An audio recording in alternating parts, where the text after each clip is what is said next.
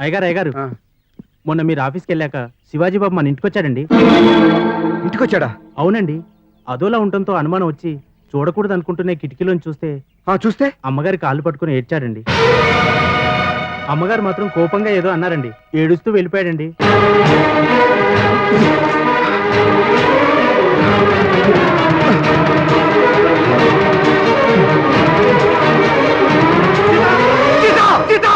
ఏంటండి ఏమైంది? అది చెప్పాల్సింది నువ్వు చెప్పు.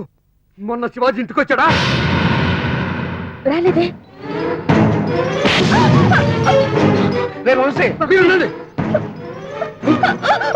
చెప్పు, లేదంటే చంపేస్తాను.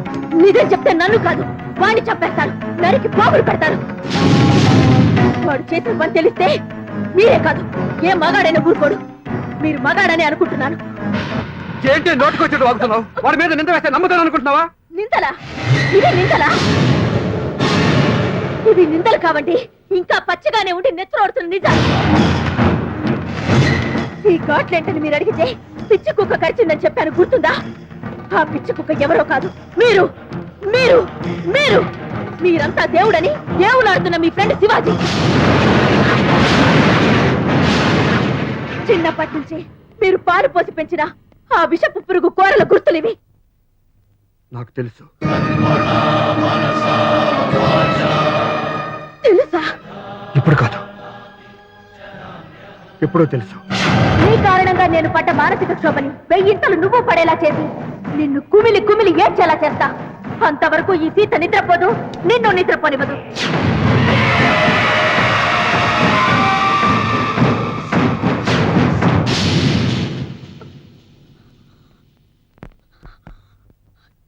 నిజం తెలిసి ఇన్నాళ్ళు చూస్తూ ఊరుకున్నారా? ఊరుకున్నాను. ఒక మంచి మనిషిని పట్టుకుని పదే పదే నీ మాటలతో చేష్టలతో చిత్రహింసలు పెడుతుంటే మౌనంగా భరించిన వాడి గొప్పతనాన్ని నువ్వు తెలుసుకుంటావని చూస్తూ ఊరుకున్నాను. శివాజీ తప్పు చేశాడని నీకు తెలుసు కానీ ఆ తప్పుకి వాడు ఎంత పశ్చాత్తాపడ్డాడో నీకు తెలీదు. అది తెలుసుకుని ఎప్పటికైనా వాడిని క్షమిస్తావని ఇన్నాళ్ళు చూస్తూ ఊరుకున్నానే. ఆపండి. ఇంత సిగ్గు లేకుండా ఎలా మాట్లాడగలుగుతున్నారు? సాయం కోరిన ఓ ఆడదాన్ని అనుభవించాలని చూసిన నీచుడు మీకు గొప్పవాడా? నన్నింత మానసిక క్షోభకి గురి చేసిన ఆ దుర్మార్గుణ్ణి నేను క్షమించాలా? మీరు అసలు నా మొగుడేనా? మొగుణ్ణి కాబట్టి అలా చేశానే. ఆ దిక్కుమాలిన రాత్రి తాగిన మైకంలో నిన్ను ముట్టుకున్నాడన్న విషయం పెళ్లికి ముందే తెలుసుంటే నీ కాళ్ళు పట్టుకుని బతిమాలి వాడికి పెళ్లి చేసేవాడినే. కానీ కర్మ కొద్ది ఆ ముడుముళ్ళు వేశాకే ఆ విషయం నాకు తెలిసింది. తప్పే, వాడు తెలియక నీ విషయంలో తప్పు చేశాడు. కానీ నువ్వు తెలిసి తెలిసి దారుణమైన తప్పులు చేశావు. ఆ రోజు అమ్మవారి గుడిలో మన ఇద్దరం సంతోషంగా ఉండాలని వాడు రాశాడు. కానీ నేనేం రాశానో తెలుసా? శివాజీ నా భార్య క్షమించాలి, వాళ్ళిద్దరి మధ్య మనస్పర్ధలు ఉండకూడదని రాశాను. కానీ నువ్వేం రాశావు? వాడు సర్వ నాశనం అయిపోవాలని రాశావు. అది చదివి వాడు బాధపడ్డాడే కానీ దాన్ని ఎప్పుడు బయట పెట్టలేదు. నీ ఒంటి మీద చెయ్యి వేసిన పాపానికి మొత్తం స్త్రీ జాతిని అవమానించినంత పాపమని భావించాడే వాడు. అందుకే దానికి ప్రాయశ్చిత్తంగా ఆ పాడైపోయిన పిల్లల్ని పెళ్లి చేసుకుంటే సాటి ఆడదాన్ని కూడా చూడకుండా తనకు అన్యాయం చేస్తున్న ఆలోచన కూడా లేకుండా ఆ పిచ్చి పిల్లని రెచ్చగొట్టి వాళ్ళ కాపురంలో చిచ్చి పెట్టావు. అందుకు వాడు కుమిలిపోయాడే కానీ నీ కుళ్ళుని పెట్టి పెట్టలేదు. ఇన్ని చేసినా వాడెందుకు నీ నిజ స్వరూపం బయట పెట్టలేదో తెలుసా? నువ్వు వాడికి ఇచ్చిన కాఫీలో పంచదారకు బదులు ఉప్పు వేసావుగా. ఆ విశ్వాసానికి నువ్వు పెట్టిన గొప్ప పేరు పిచ్చి కుక్క. ఇన్నాళ్ళు తోటాలంటి మాటలతో వాడి గుండెని ముక్కలు ముక్కలు చేశావు. కానీ గాయపడింది ఆ గుండె కాదే, ఈ గుండె. పశ్చాత్తాపంతో వాడు, పగతో నువ్వు ఎన్ని నిద్రలేని రాత్రులు గడిపారో నాకు తెలిసే. కానీ నాలో చెరిసగమైన మీ ఇద్దరి క్షోభని చూస్తూ నేను ఎన్ని నిద్రలేని రాత్రులు గడిపానో నీకు తెలియదు. వాడు కన్నీటితో నీ కాళ్ళు పట్టుకుని అమ్మ అన్నా కూడా నీ హృదయం కరగలేదంటే నువ్వు అసలు ఆడదానివి కాదే. వద్దు, ఎవరి మంచి మనసు నువ్వు గుర్తించాలని ఇన్నాళ్ళు ఓపికగా భరించానో వాడే లేకపోయాక నువ్వెందుకే? మా స్నేహం నీకు అడ్డు అయినప్పుడు మా స్నేహానికి నువ్వు అడ్డే. పోవే, మన బంధాన్ని తెంపేసుకుని వెళ్ళిపో. నీ పగతో నువ్వే రగిలిపో. నువ్వు అంటించుకున్న చిచ్చులో నువ్వే కాలిపో. నాకేమి చెప్పద్దు. నా శివాజీ లేని బతుకు నాకు వద్దు, నాకు వద్దు.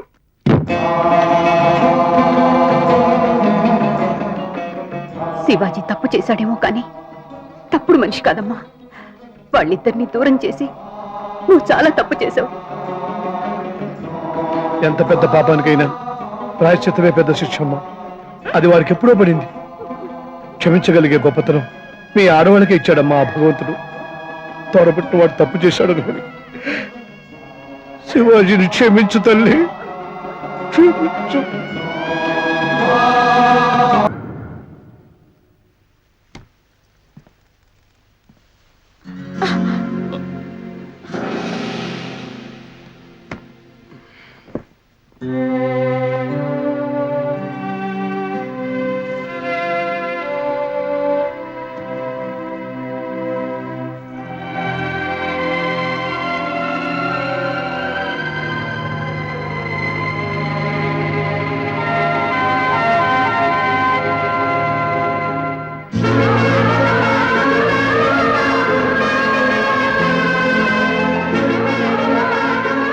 తెలియక మీరు తప్పు చేస్తే తెలిసి నేను తప్పు చేశాను.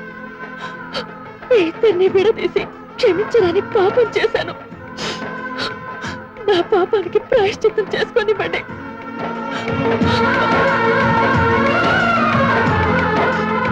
రక్షాబంధనం కట్టిన చేతులతో రక్షించమని వేడుకుంటున్నాను.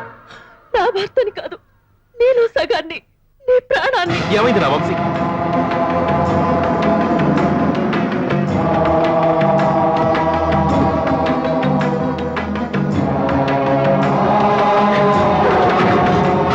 అమ్మా, ఏంటిది? ఆ రోజు అడగకుండానే ప్రతిభిక్ష పెట్టావు. ఈ రోజు అడుక్కుంటున్నాను పుత్రభిక్ష పెట్టమని.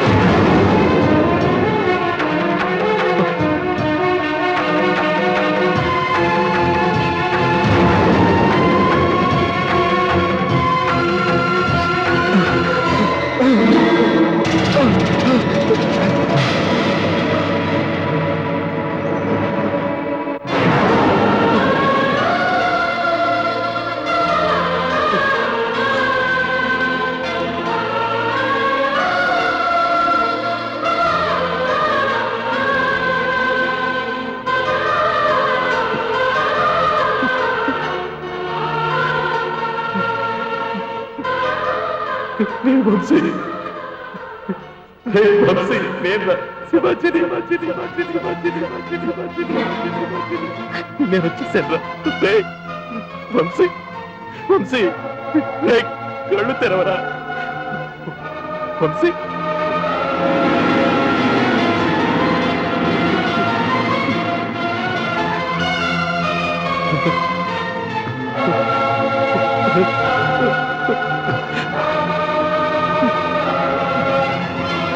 శివాజీ, నువ్వు నువ్వు నన్ను విడిచి ఎలా ఎలా వెళ్ళగలిగేవరా?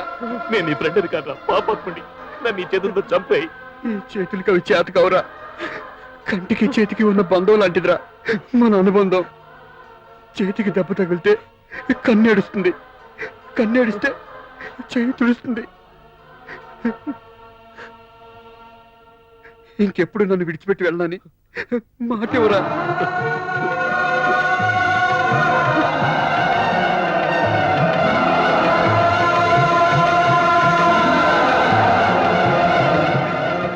నా శవం కాలి బూడిదయ్యే వరకు నన్ను భరించరా.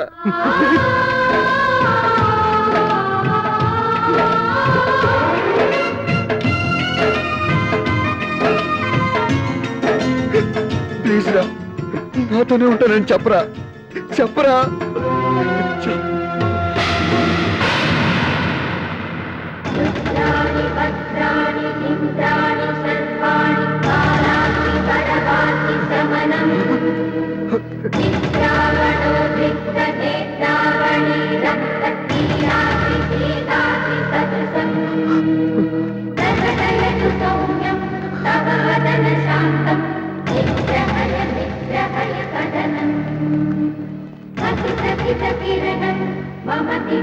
ఎక్కడికి తెలీదు. నా కుదిరిన పిచ్చి నీకు పట్టిందా? నా భర్తను శిక్షించింది చాలు. ఇంకా ఇంకా శిక్షించి ఆయన్ని చంపేకు. నీ పట్ల చెడుగా ప్రవర్తించాడనేగా చెడిపోయిన నన్ను పెళ్లి చేసుకున్నాడు. నీ దృష్టిలో ఆయన రాక్షసుడైతే నా దృష్టిలో ఆయన దేవుడు. అవును, నీ దేవుడు నా దేవుడితో సుఖంగా ఉండాలని వెళ్ళిపోతున్నాను. ప్రాణ స్నేహితుల్ని వేరు చేసి తప్పు చేశాను. ప్రాయశ్చిత్తం చేసుకోవడానికి వాళ్ళకి దూరంగా వెళ్ళిపోతున్నాను. వాళ్ళిద్దరిని దగ్గర చేసి నువ్వు దూరంగా వెళ్ళిపోయి మళ్ళీ తప్పు చేస్తావమ్మా? లేదత్తయ్యా, అంత మంచి వ్యక్తికి భార్యగా ఉండే అర్హత నాకు లేదు. అంత మాటనకమ్మా. ఆడదానికి ప్రాణం, మానం. ఆ మానానికి అవమానం జరిగితే తట్టుకోలేక శివాజీని శిక్షించాలని వ్రతం పట్టాం. ఆడది చేసే వ్రతాలన్నీ మొగుడి క్షేమం కోసమే. ఆ మొగుడే నిన్ను నిప్పుని ఒప్పుకున్నాక తప్పు చేయని నువ్వెందుకమ్మా ఇంత బాధపడతావు? ఆయన్ని క్షమించి రాఖీ కట్టి తోడబుట్టినవని చేసుకున్నావు. చెల్లెలు కాపురం నాశనమైపోతే ఆ అన్నయ్య భరించగలడా? అవును సీత, నువ్వు శివాజీ నాలో చేరుసగం. మీలో ఎవరు లేకపోయినా నేను లేను. జరిగిందంతా ఒక పీడకలుగా మర్చిపోయి అందరూ ఆనందంగా ఉన్నాడమ్మా. తప్పకుండా మావయ్య, ఇంత మంచి మనసులున్న మనుషుల మధ్య ఆనందంగా ఉంటాను. అయ్యో, ఏంటండి ఇది? ఈ నమస్కారం నీకు కాదమ్మా, మా మగవాళ్ళు చేసే తప్పుల్ని క్షమించే మీ స్త్రీ జాతికి. బాగుంది, చాలా బాగుంది. అవునవును, కొత్తిమీర పచ్చడి చాలా బాగుంది. అబ్బా, నేను చాలా బాగుంది అన్నది కొత్తిమీర పచ్చడి గురించి కాదు సార్, మీ జంటల్ని ఇలా చూసి. జంటలు బాగానే ఉన్నాయి. జంట నగరాలే ఏం బాగోలేవు. నువ్వెప్పుడు వచ్చావు నాన్న? అబ్బే, మొన్న 2 నెలలు అయిందో. 2 నెలలు అయిందా? 2 నెలల నుంచి హైదరాబాద్ లో ఏం చేస్తారండి? మీ అడ్రస్ ఎత్తుక్కుంటున్నాను. ఎత్తవ కొంప ఇక్కడెక్కడో కట్టి దొబ్బించుకోకపోతే ఆ రైలు స్టేషన్ కి ఎదురుగా దొబ్బించుకోవచ్చుక. ఎతకలేక సచ్చాను. అయితే ఇప్పుడు ఎలా వచ్చారు మరి? ఇంకెవరిని అడిగినా చెప్పట్లేదని ఒక్కొక్క తలుపే కొట్టుకొచ్చేస్తున్నా. ఈ తలుపు దగ్గరకు వచ్చేసరికి పుసుక్కున మీరు కనిపించేశారు. ఇక్కడ ఏదో వాసన వస్తున్నట్టుంది. కుక్క చచ్చిన వాసనలా ఉంది. అవును. ఒక్క సచ్చిన వాసన కాదు, జున్నట్టుకొచ్చారు. ఇగో, అమ్మా సీత, సీత, ఆ పులిపై తీసుకొని బయట పారాయండి. చేత కడుపులో తిప్పినట్టుంది. ఇది కడుపు తిప్పడం కాదు, నెల తప్పడం. అంటే నేను తండ్రివి కాబోతున్నావు రా ఇడియట్. అంటే నేను పుసుక్కుని తాతను కాబోతున్నాను అన్నమాట. అయ్యి బాబాయ్ బాబాయ్, నాకు ఇది చాలా బాగుంది.